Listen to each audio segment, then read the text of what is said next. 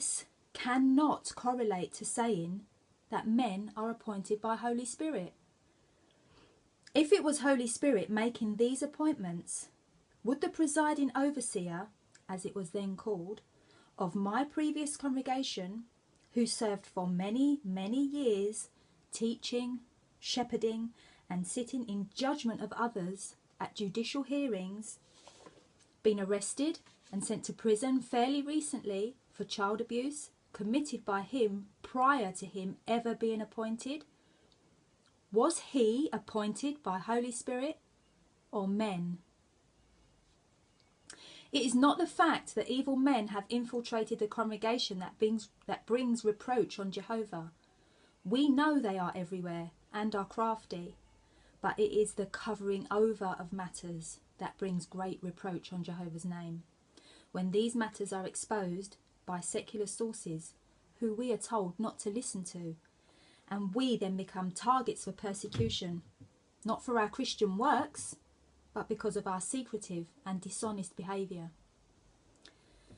5 people have personally confided in me that they have been victims of child sexual abuse within the organisation, which breaks my heart when I really think about the impact this can have on their whole life. I dread to think how many are really out there. Is the way the ones that have dared to speak out have been treated evidence of Christ-like love and mercy? My faith in Jehovah, Jesus and the Bible is fully intact. I also love the members of the congregation, but my conscience no longer allows me to represent this organisation, who I have come to know has instituted policies that I don't consider to be Christ-like. Matthew 23:23. Because these victims are so damaged by what's happened to them, many later file lawsuits against Watchtower for not handling their cases in the right way, or even being the ones that allowed this abuse to happen to more victims while awaiting a second witness, so that matters could be established. Millions of pounds are going out to such ones, either via the courts or through out-of-court settlements.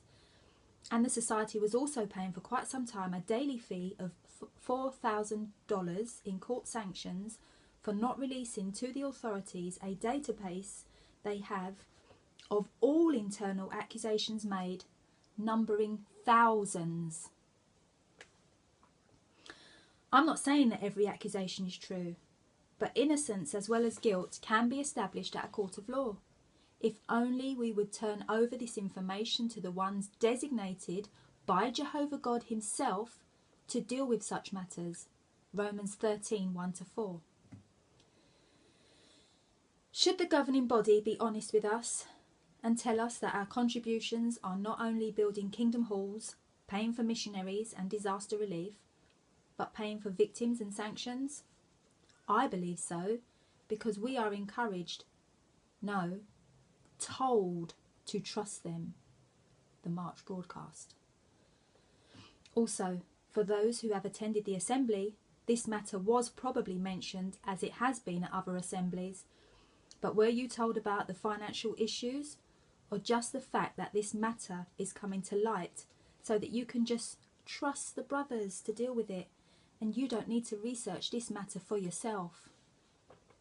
We will all stand individually before the judgment seat of Jesus, and Jesus himself taught us how to identify pure worship. Matthew 7:15-20, John 13:35.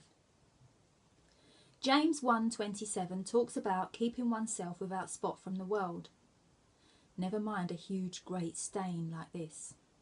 And Revelation 18:4 clearly shows that we bear community responsibility for what goes on in organisations that we align ourselves with.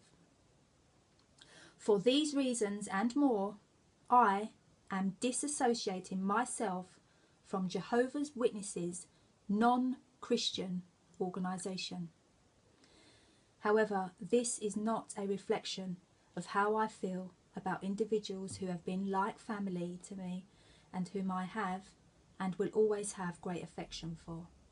Yours sincerely. PS, please research 1. Your baptism, scriptural procedure versus organised book procedure, the 2 questions. 2. Jimmy Swaggart and Jehovah's Witnesses, what's the link? 3. Jehovah's Witnesses 10-year membership of United Nations as NGOs.